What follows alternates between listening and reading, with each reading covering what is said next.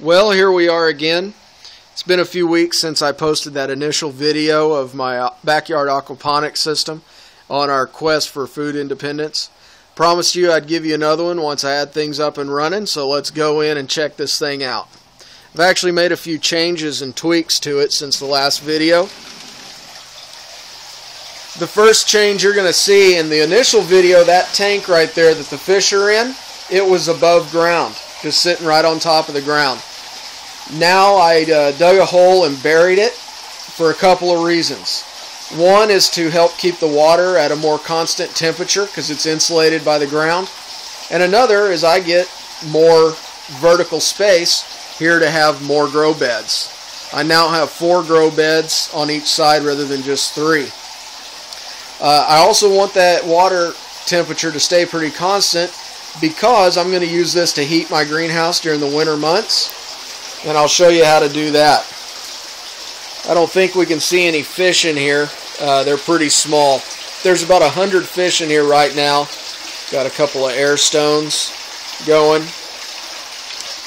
Well, there's a fish back there in the back that you can see.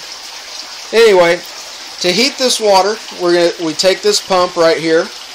And this is a 1,300 gallon per minute pump. By the time it hits that 8-foot mark at the top of the system, it's about 280 gallons a minute, so it's exchanging the water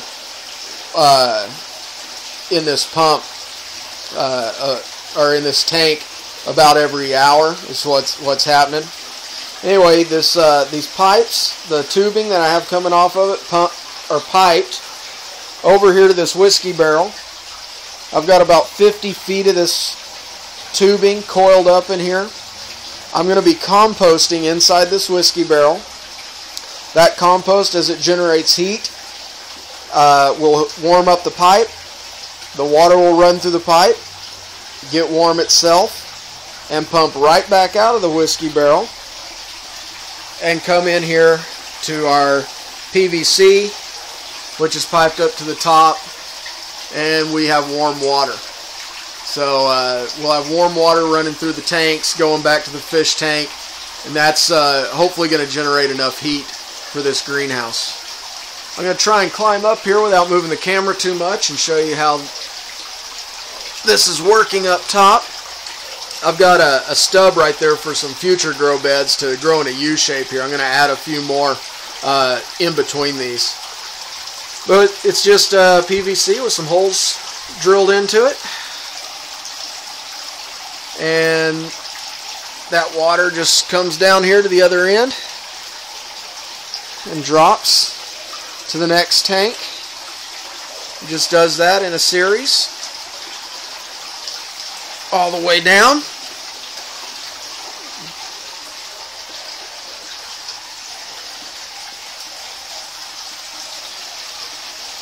Until it finally drops back down into the fish tank. Something else I did with my plumbing, I went ahead and piped in a hose bib right off of the fish tank. So if I put some hanging plants in here, or if you remember my my barrel for my potatoes, I can water off of the fish water, which has all that good fertilizer in it. But since that water won't get reclaimed into the fish tank, I also plumbed my RO system in. Just with a water hose, it's plumbed into my irrigation system in my yard actually. Put a float on that RO system that you can see back there at the back. And as the float goes down, as the water's going down in the tank, it'll kick on itself, replenish itself, and it replenishes it with nice clean water. The reason I have the RO system is I am in the city. There's a lot of bad chemicals in our city water, which will either kill your fish, or if it doesn't kill your fish, it's at least getting into your food and you're ingesting it. I do have a few plants in here, as you've seen. Right here I've got some white onions. They're starting to come up. I left it pretty bare. I didn't plant yet completely so you could see how the system works. Next time there's going to be a ton of plants in here. But we're also experimenting with some different pot sizes. These little pots, I'm finding out, probably not going to work. As you can see, there's too much water in here. way too moist. It's just going to drown the plants. So we're going to get rid of those. These little medium-sized pots here, they seem to be working pretty good. That's a little flower pot we had from a garden one year. Those are working good. And then these 1-gallon pots, the soil's nice and moist in there, so I think those are going to work out real well. Eventually, we're going to be planting only in worm castings and coconut coir, but my worms haven't turned my compost into worm castings yet. We're still in the process of that, so right now this is just in compost. Over here we got some butter lettuce and some wheatgrass, and down here is our biofilter, which is pea gravel and watercress. And that is what's going to take all the ammonia out of the water as it filters through here and then drops down into the tank.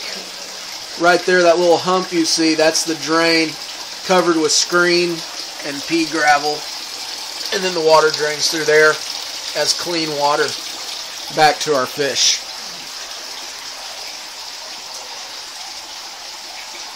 So that's what we're doing as far as our aquaponics system, and hopefully the next time we talk, we will have lots of plant life in here.